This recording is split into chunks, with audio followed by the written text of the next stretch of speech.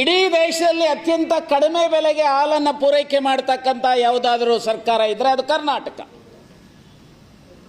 ಗುಜರಾತ್ಗಿಂತ ಕಡಿಮೆ ಬೆಲೆಯಲ್ಲಿ ಕೊಡ್ತಾ ಇದ್ದೇವೆ.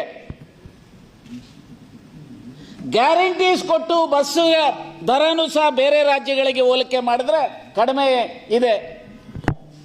ಪವರ್ ಇರ್ಬೋದು, ವಾಟರ್ ಇರ್ಬೋದು.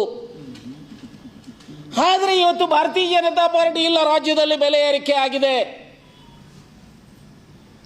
ಇನ್ನ ಬಹುಶಃ ವಿಜಯೇಂದ್ರ ಅವರಿಗೆ ಹುಡುಗಾಟಿಕೆ ಹೋಗಿರ್ಲಿಕ್ಕೆ ಇದರ ಈ ಸ್ಟ್ಯಾಟಿಸ್ಟಿಕ್ಸ್ ಅರ್ಥ ಆಗಬೇಕಾದ್ರೆ ಇನ್ನೂ ಒಂದಿಷ್ಟು ವರ್ಷಗಳು ಬೇಕಾಗುತ್ತೆ. ನಾನು ಇಷ್ಟೇ ಹೇಳಲಿಕ್ಕೆ ಬಯಸ್ತೇನೆ, ನಿಮಗೇನಾದರೂ ದಮ್ಮು, ತಾಕತ್ತು, ಬದ್ಧತೆ ಇದ್ದರೆ ಮೊದಲು ನಿಮ್ಮ ಕೇಂದ್ರ ಸರ್ಕಾರದ ಮೇಲೆ ಒತ್ತಾಯ ಮಾಡಿ. ಪೆಟ್ರೋಲ್, ಡೀಸೆಲ್, ಗ್ಯಾಸ್ ಇನ್ನಿತರ ಬಾಬತಿನ ಮೇಲೆ ಏನು ಬೆಲೆ ಏರಿಕೆ ಮಾಡಿದಿರಿ,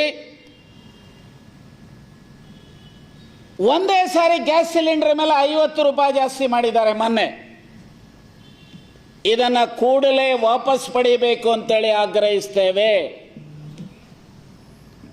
ಇಲ್ಲ ಅಂತ ಹೇಳಿದ್ರೆ ಇವತ್ತೇನು ರಾಜಕೀಯ ಪ್ರೇರಿತವಾದಂಥ ಹೋರಾಟಗಳನ್ನು ರೂಪಿಸಿದ್ದೀರಿ, ಜನಾಕ್ರೋಶ ನಿಮ್ಮ ಮೇಲೆ ತಿರುಗುವಂಥ ದಿನಮಾನ